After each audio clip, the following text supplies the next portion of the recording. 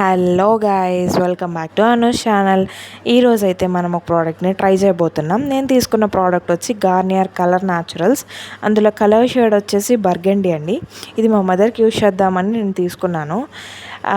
White హెయిర్స్ని బాగా cover చేస్తుందని విన్నాను. నాకైతే ఈ ప్రోడక్ట్ 219 రూపీస్కే వచ్చిందండి. ఒకసారి బాక్స్ ఓపెన్ చేసేద్దాం. దాంట్లో అయితే ఇవి ఉన్నాయండి. నేను ఓపెన్ చేస్తే ఒకటి ఏంటంటే ట్యూబ్ లాగా ఉంది, ఇంకోటి ఏంటంటే బాటిల్ లాగా ఉంది.